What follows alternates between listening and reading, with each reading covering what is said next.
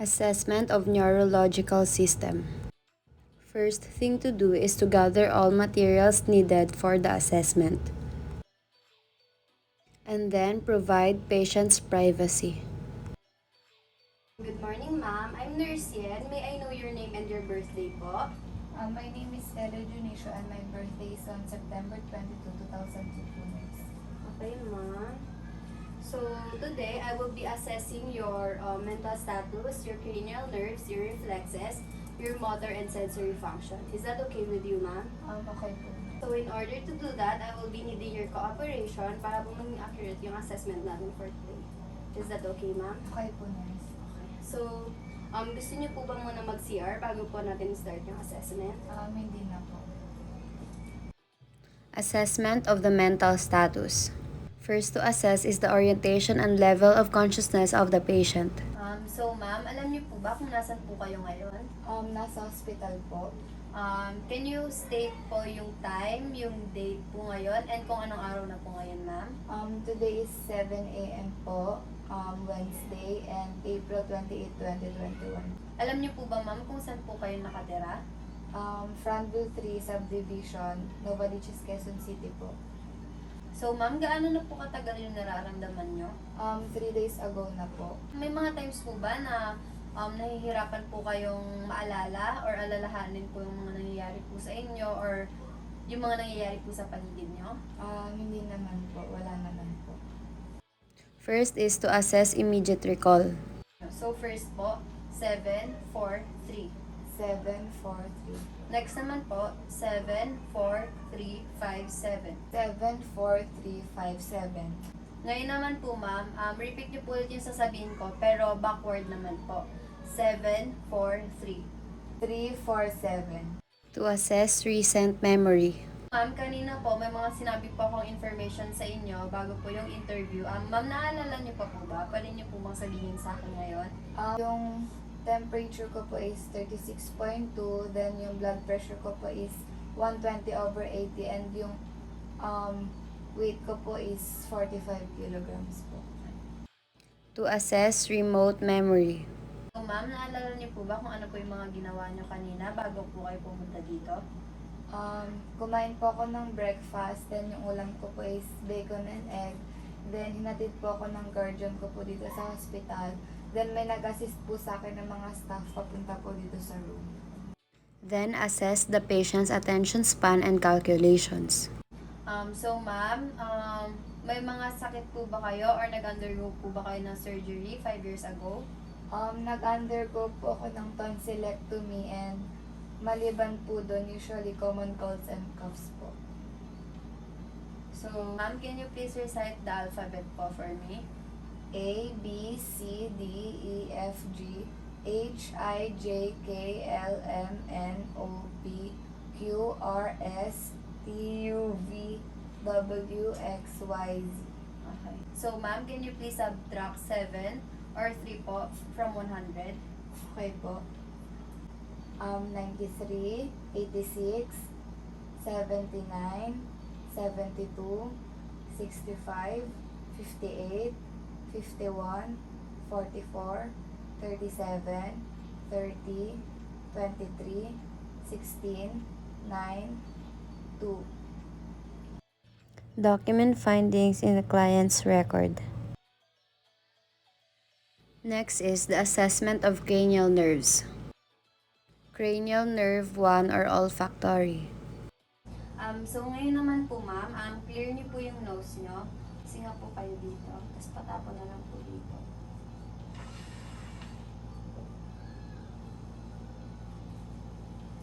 And then, close niyo po yung eyes niyo. Tapos, takpan niyo po yung isang ilong niyo. Yung isang butas po ng ilong niyo. Tapos, pipikit po kayo. And then, may ipapaamoy po ako sa inyo. Sasabihin niyo po sa akin kung ano po yung pinaamoy ko po sa inyo. Okay. Close your eyes po, ma'am. Amoyin niyo po, ma'am. Anong amoy po? May coffee po. So, next, ma'am, yung sa other side naman po. Amoyin niyo po.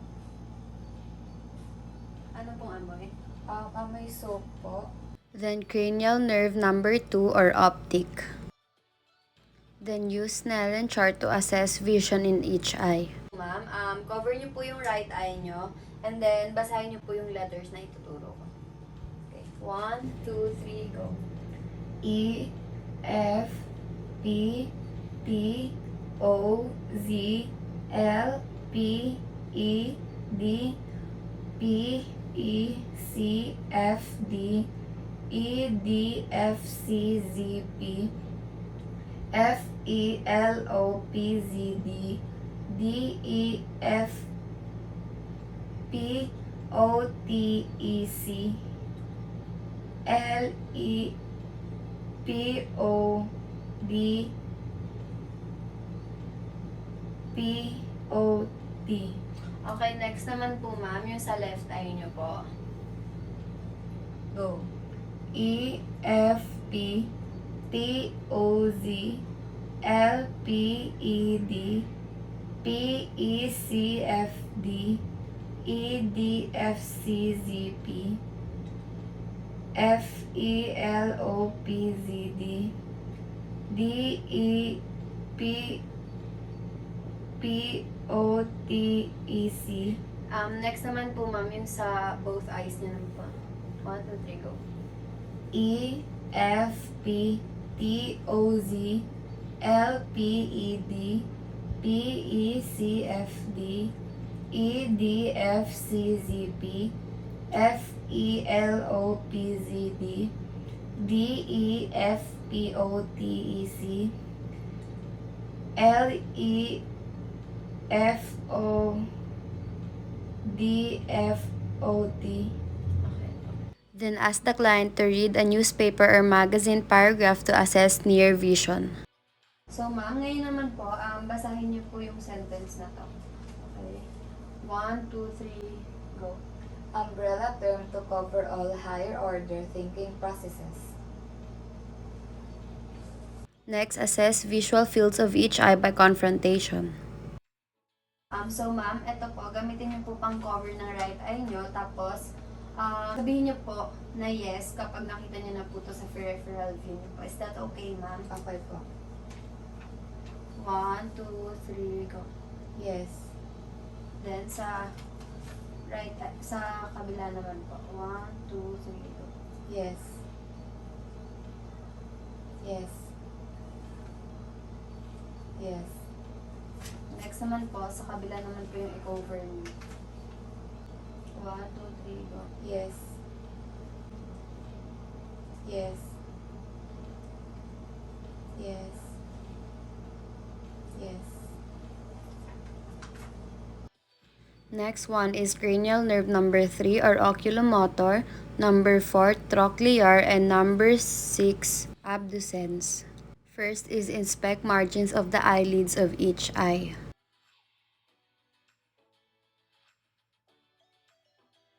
Then assess extraocular movements. Tapos ngayon naman po, sundan niyo po kung saan ko po ilalagay po yung pen light.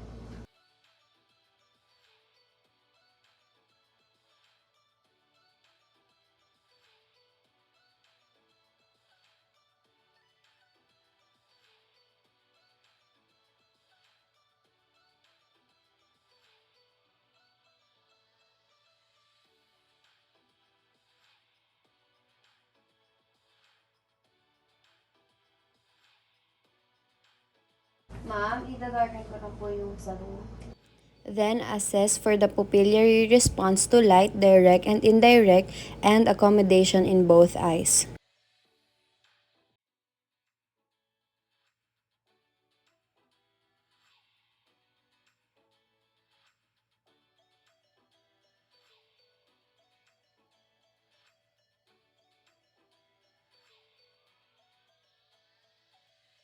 Ang tingin naman po kayo sa tip ng pen light, tapos po tagas po yung tingin, and then tingin po ulit, tapos tagas po yung tingin. 1, 2, 3 po. Tingin po dito. Tingin po ulit sa pen light. Tingin po dito. Tapos ngayon naman po ma'am, sundan niyo naman po yung pen light.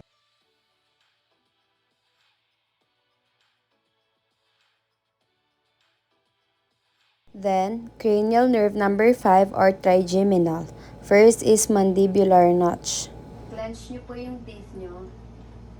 Tapos po ang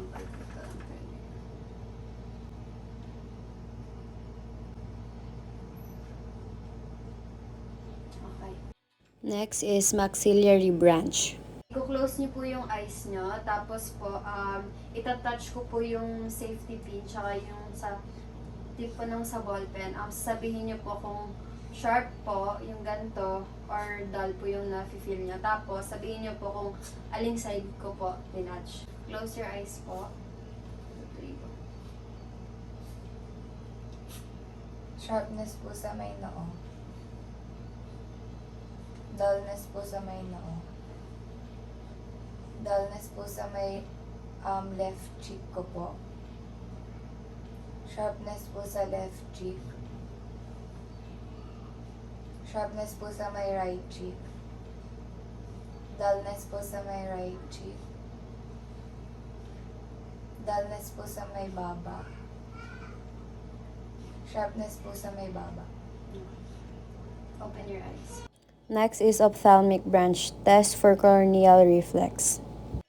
Next naman po, ma'am, itatouch ko po yung cornea nyo. Tingin po kayo sa malayo. Tapos tingin po kayo sa taas. Sa kabila naman po. Tingin po kayo sa malayo. Tingin po kayo sa taas. Cranial nerve number 7 or facial. Ask the client to smile, to frown, to whistle, to show teeth, to puff out cheek, purse lips, raise eyebrows, and close eyes tightly against resistance. Cranial nerve number 8 or auditory. Naman po, ma'am, gagawin po natin yung Weber tsaka yung Rein's test po. So, first po yun sa Weber's test.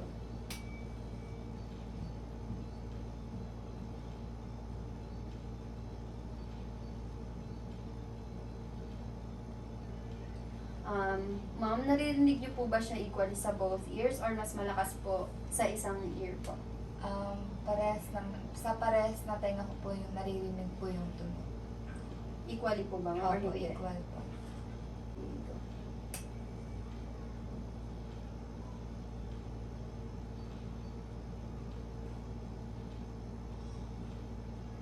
Wala na po.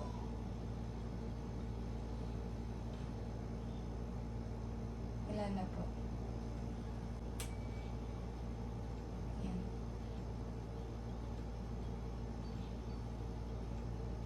Wala na po.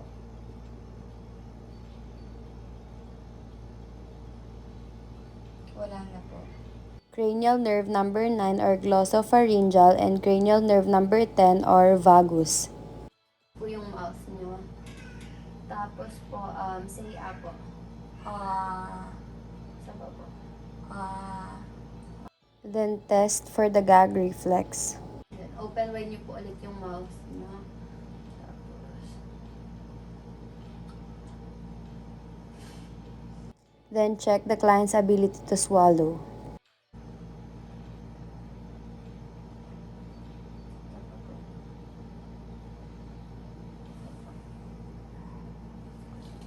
Cranial nerve 11 or accessory. First is to assess trapezius muscles. tapos yung next naman po. Assess sternocleidomastoid muscle.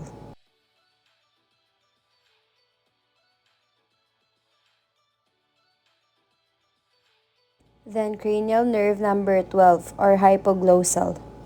Assess the strength and mobility of the tongue. Ask the client to protrude tongue, move it to each side against the resistance of the tongue depressor, then put it in the mouth.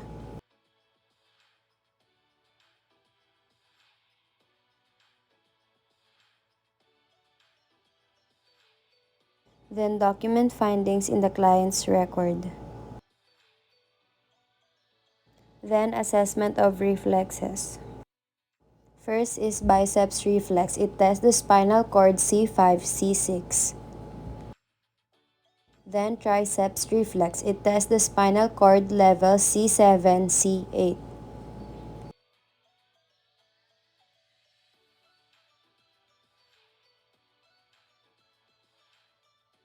Next is brachioradialis reflex, which tests the spinal cord level C3, C6.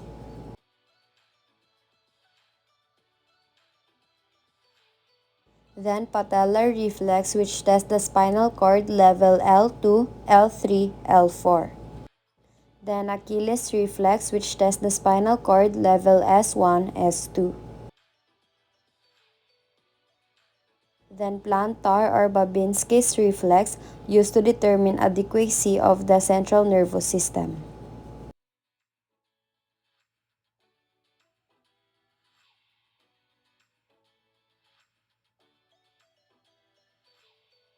Then document findings in the client's record. Then assessment of the motor functions. Assess gross motor and balance tests. First is walking gait.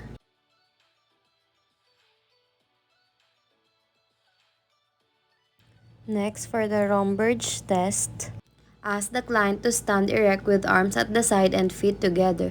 Note any unsteadiness or swaying. Then, with the client in the same body position, ask the client to close the eyes for 20 seconds. Again, note any imbalance or swaying.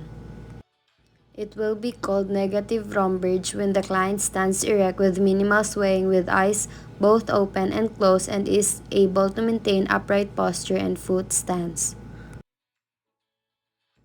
Then standing on one foot with eyes closed.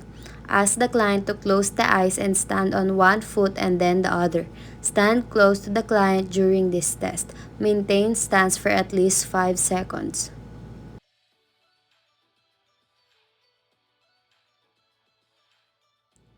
Then heel-toe walking or tandem walking. Ask the client to walk a straight line, placing the heel of one foot directly in front of the toes of the other foot. Maintains heel-toe walking along the straight line.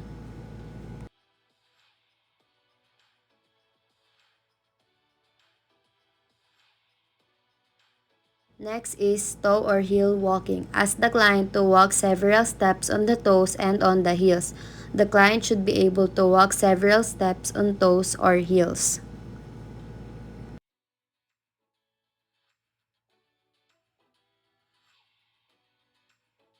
Next one is fine motor test for the upper extremities. First is finger to nose test. Then ask the client to abduct and extend the arms at shoulder height and rapidly the nose alternately with one index finger and then the other. Then the client repeats the test with eyes closed if the test is performed easily. Next is alternating supination and pronation of hands on knees. Patient can supinately and pronate hands at rapid pace alternately. Next is fingers to fingers. Ask the client to spread the arms broadly at shoulder height and then bring the fingers together at the midline. First with the eyes open and then closed. First slowly and then rapidly. Performs with accuracy and rapidity.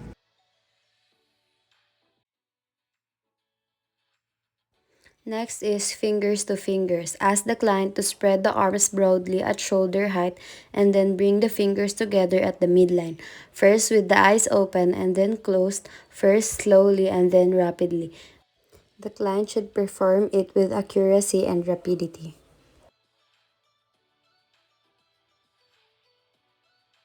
Then fingers to thumb. Ask the client to touch each finger of one hand to the thumb of the same hand as rapidly as possible. Rapidly touches each finger to thumb with each hand.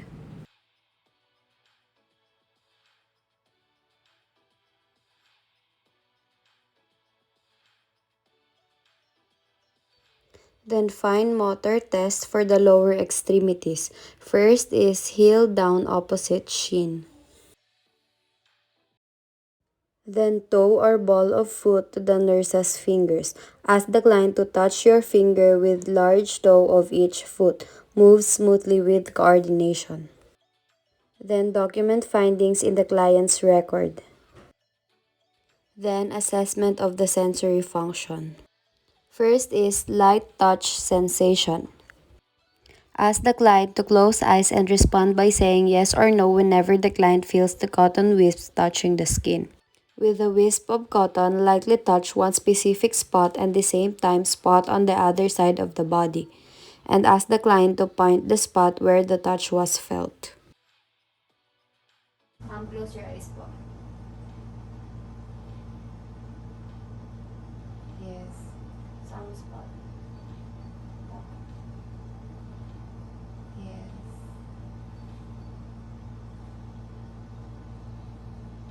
Yes.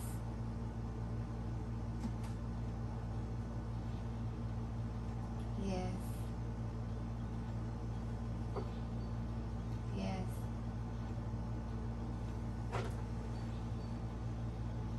Yes.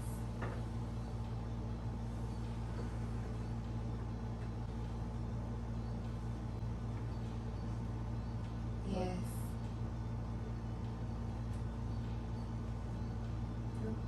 Yes. Yes. Yes. Yes. Next is pain sensation. Ask the client to close eyes and say sharp, dull, or don't know when the sharp or dull end of the broken tongue depressor is felt. Alternately, use the sharp and dull end to lightly prick designated anatomic areas at random, able to discriminate sharp and dull sensations. Sharp, dull, sharp, sharp, dull, dull, sharp, sharp, dull, sharp, sharp, sharp, dull, dull, sharp, sharp, dull. Next is temperature sensation. Touch skin areas with test tubes filled with hot or cold water. Have the client respond by saying hot, cold, or don't know. Hot, cold, cold, hot, Next is position or kinesthetic sensation.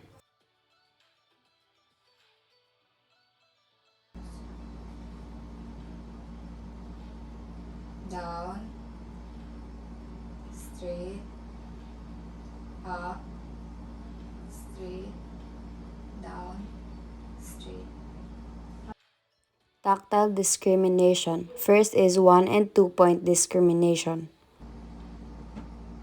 1 point, 2 points, 2 points, 1 point, 2 points, 1 point,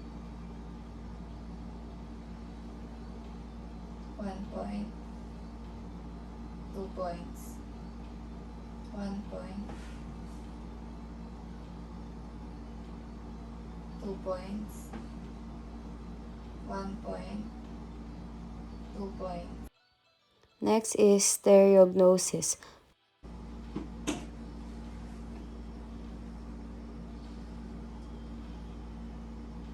Remote po.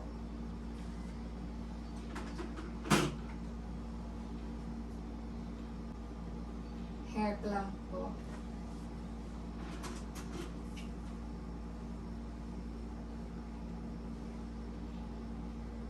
Brush po sa mukha.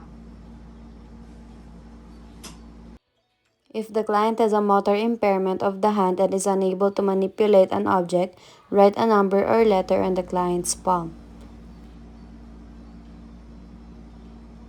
H,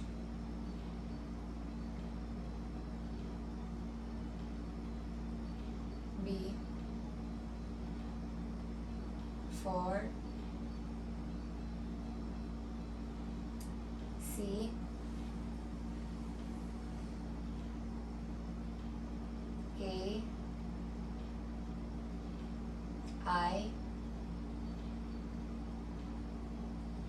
A 3. Then extinction phenomenon. Simultaneously stimulate two symmetric areas of the body such as thighs, the cheeks, or the hands. Both points of stimulus are felt. Both cheeks, both thighs, both hands. Then document findings in the client's record.